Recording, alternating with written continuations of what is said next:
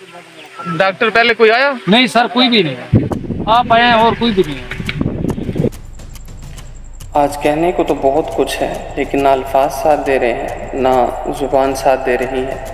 आपके घर में आपके बच्चे आपके पास हैं, लेकिन देखिए यहाँ पे माँ बाप तो पास हैं, लेकिन दवाई ना मिलने की वजह से इनकी हालत को अपनी आंखों से देखिए।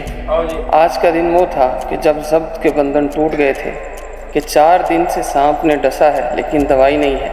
एक बच्ची को पैर के ऊपर ज़ख़म था, दवाई ना मिलने की वजह से अंगूठा कटने के बिल्कुल करीब आ चुका है। इसी तरह दीगर मरीज़ों के भी हालात थे, और एक माँ तो ऐसी है जिसके पैर बिल्कुल गल चुके हैं, लेकिन उसके पास दवाई ना थी।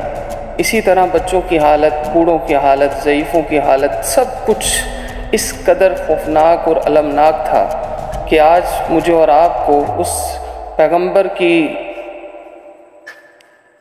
तालीम पे अमल करना है कि मुसलमान एक जिस्म के मानिंद हैं। जिस्म के एक हिस्से पे दर्द हो, तकलीफ़ हो तो पूरा वजूद बेकरार बेचैन होता है। आज हम एक वजूद तो हैं, लेकिन हम एक जिस्म और एक जान नहीं हैं। थोड़ी सी हिम्मत कीजिए, कोशिश कीजिए।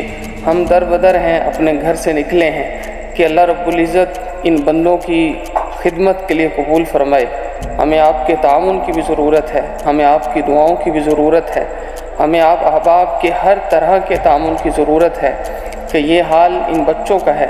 कल को ये हाल अगर हमारे ऊपर मुसल्लत हुआ तो हम कहाँ जाएंगे, हम क्या करेंगे, हम किसके सामने रोना रोएंगे, हम किसको अपना दुख सुनाएंगे।